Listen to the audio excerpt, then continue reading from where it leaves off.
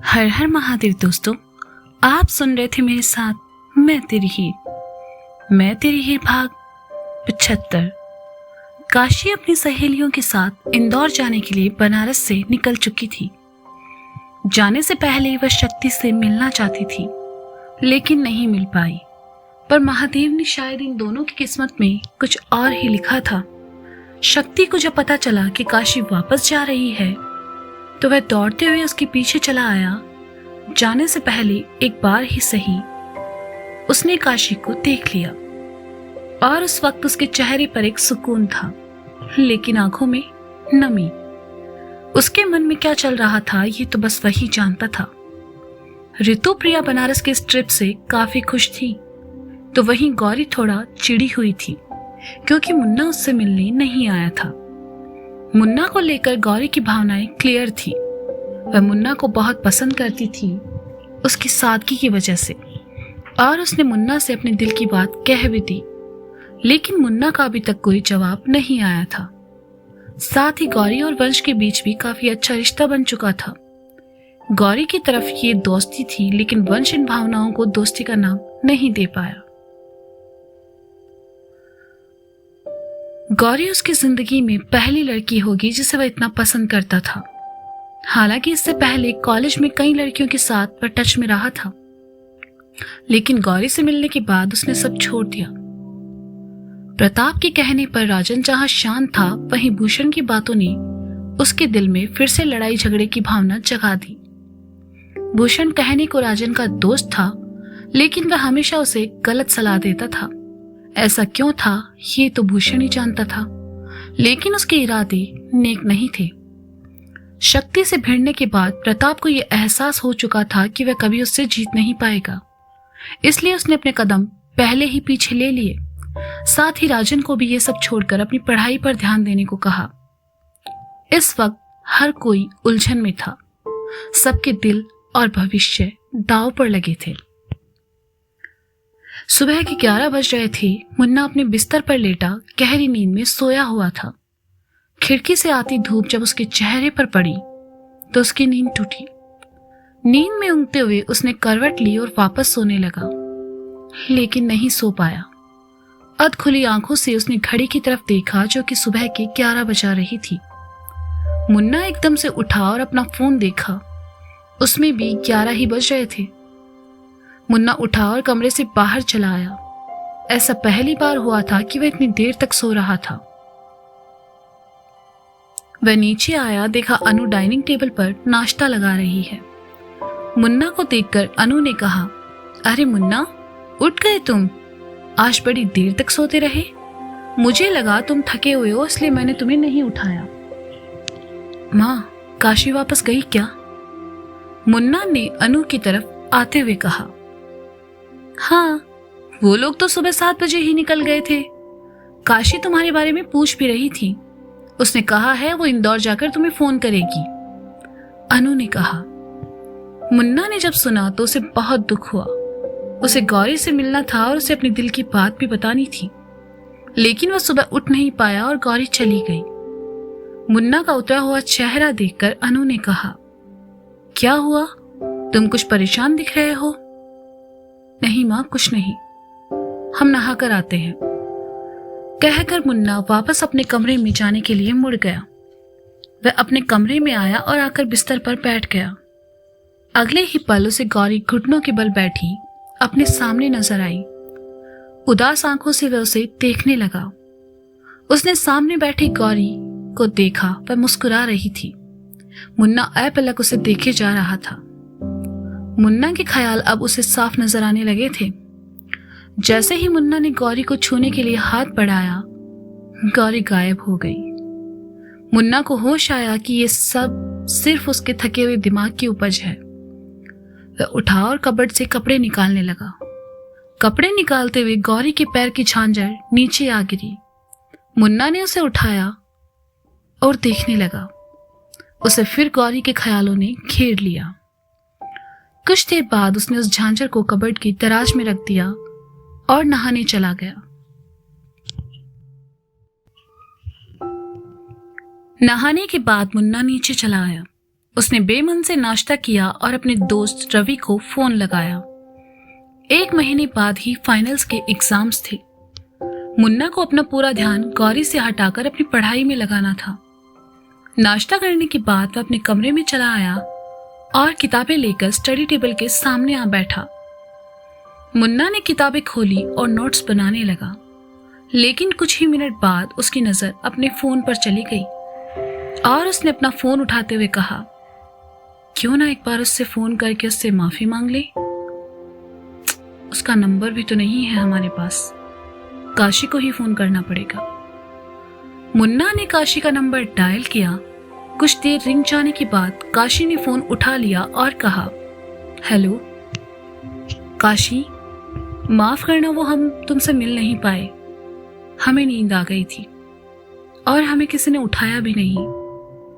मुन्ना ने उदास होकर कहा, जबकि पहली बार उसे काशी से ज्यादा गौरी से न मिल पाने का दुख था। आपको हमसे माफी मांगने की जरूरत नहीं है, हम समझ गए थे वरना आप जरूर आते।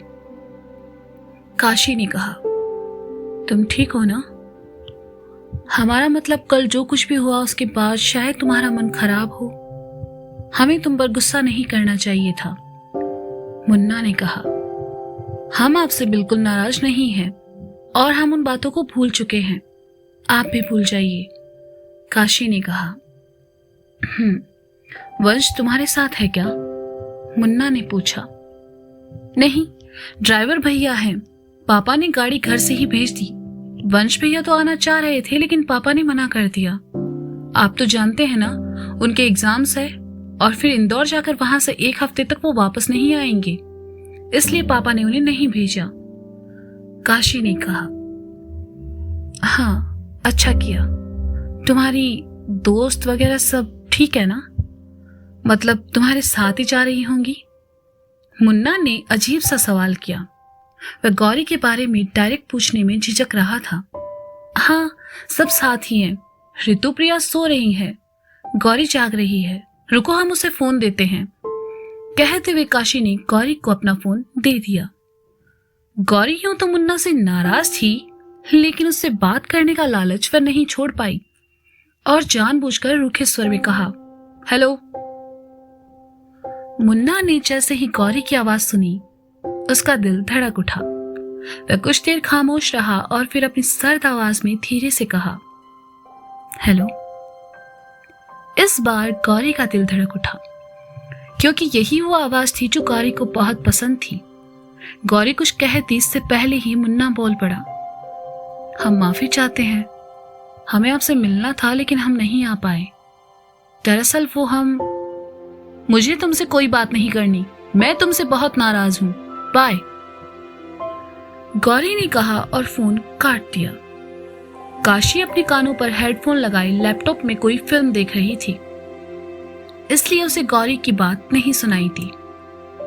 लगता है कुछ ज्यादा ही नाराज है, कहते हुए मुन्ना ने अपने फोन को अपनी ठुड्डी से लगा लिया और सोच में डूब गया। अगले ही पल फोन फिर बजा।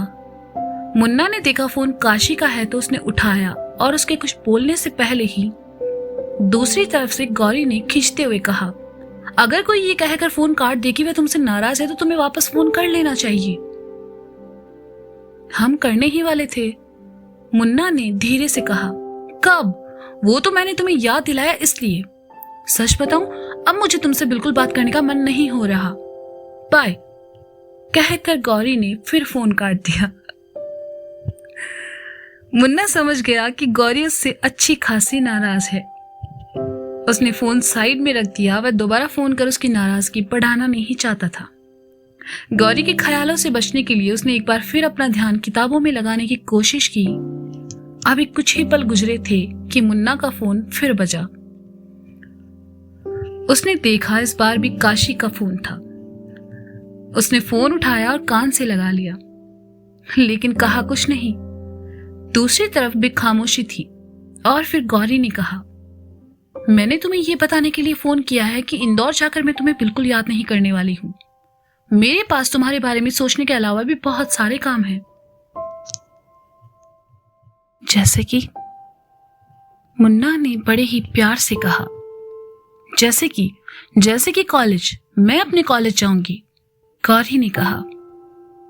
आपको याद है हम आपसे कॉलेज में टकराए थे?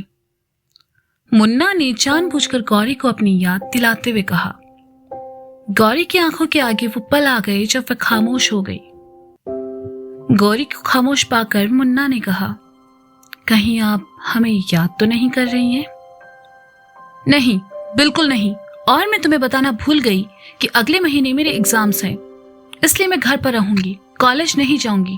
कॉलेज के बजाय मैं मार्केट चली जाऊंगी, गौरी ने गुस्सा होते हुए कहा। पर इंदौर के मार्केट में वो सब कहाँ जो बनारस में मिलता है? इतना अच्छा खाना, कपड़े और भी बहुत कुछ, मुन्ना ने कहा। और गौरी फिर उसके बारे में सोचने लगी और खामोश हो गई। तो मुन्ना ने उसे छेड़ते हुए कहा, आप शायद हमारे बारे में ही सोच रही हैं। और मैं तुम्हारे बारे में क्यों सोचूंगी?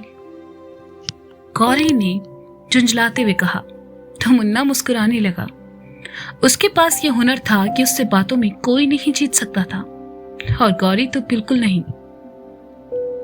तो आप मुझसे नाराज हैं, राइट? मुन्ना ने पूछा।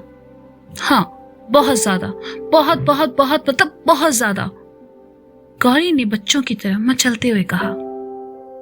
तो हमें ऐसा क्या करना होगा जिससे आप हमें माफ कर दें? मुन्ना ने बड़े प्यार से पूछा।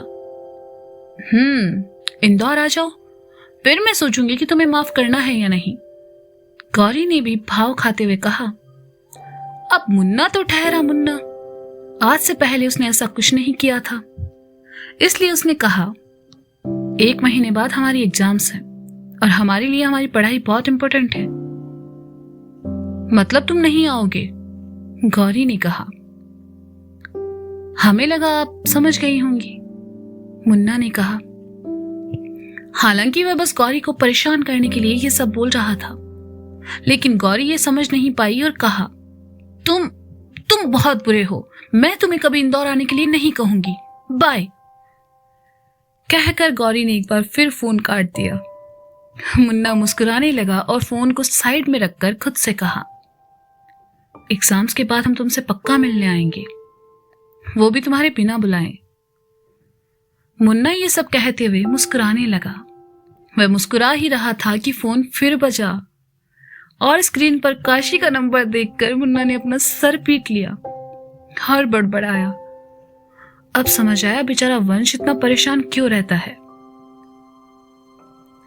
मुन्ना के लिए उसकी पढ़ाई, उसके सपने और उसका करियर बहुत मायने रखता था, इसलिए उसने अपना फोन उठाया और स्विच ऑफ करके साइड में रख दिया और पढ़ाई में ध्यान लगाने लगा।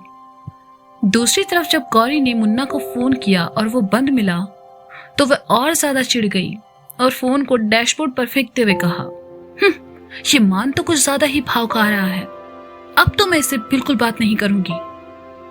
मुन्ना जितना मैच्योर था, गौरी उतनी ही बचकाना बातें करती थी। खैर शाम होने वाली थी और गौरी को भी थकान होने लगी। उसने अपना सर सीट से लगाया और आंखें मूंद ली। काशी के जाने के बाद घर एक बार फिर सूना हो चुका था। शिवम अपने सीमेंट गोदाम चला गया। बाबा काफी दिनों से घर पर थे, इसलिए टहलने के लिए ओल्ड एज होम निकल गए। सारिका घर पर ही थी और वंश अपने कमरे में बिस्तर पर उल्टे लेटे वीडियो गेम्स खेलने में बिजी था। वीडियो गेम खेलते खेलते अचानक उसे गौरी का ख्याल आया और उसके हाथ रुक गए। वह पीठ के बल बिस्तर पर लेट गया और कमरे की छत को देखने लगा।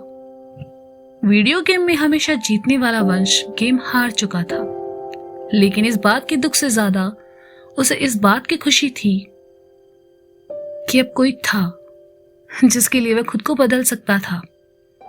वंश अकेले पड़े पड़े बोर होने लगा तो उसने मुन्ना को फोन लगाया, लेकिन मुन्ना का फोन बंद था। वंश उठा, कपड़े बदले और बाइक की चाबी लेकर निकल गया। वंश ने अपने हाथ पर बंधी घड़ी की तरफ देखा जो कि शाम के 5 बजा रही थी। शाम के वक्त में बनारस की सड़कें और भी खूबसूरत नजर आती थी, लेकिन ये वंश को आज पता चला। बनारस की गलियों से शॉर्टकट लेने वाला वंश आज सड़क से जा रहा था, वो भी धीमी रफ्तार में, हर उस चीज को महसूस करते हुए जो उसने अपने रास्ते में देखी थी।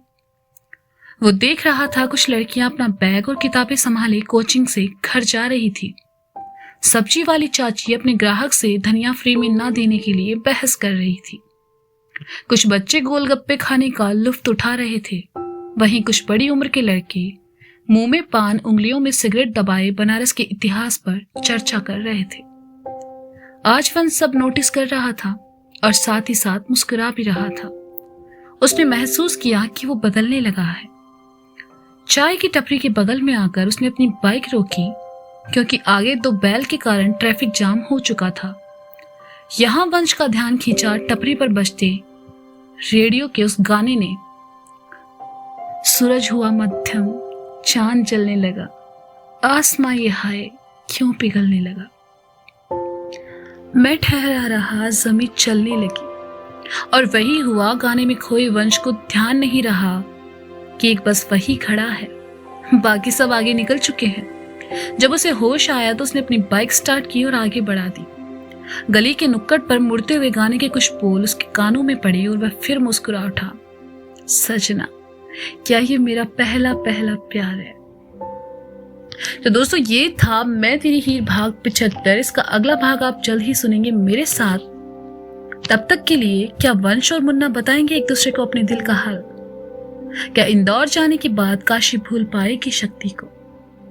क्या वंश को होने लगा है गौरी से प्यार? जानने के लिए सुनते रहिए मैं तेरी हीर। और आज के एपिसोड के साथ साथ आप चाहें तो ये आखिरी वाला गाना भी सुन सकते हैं। सुन के देखिए, फील आ जाएगा। Thank you so much. मिलते हैं कल। Bye bye.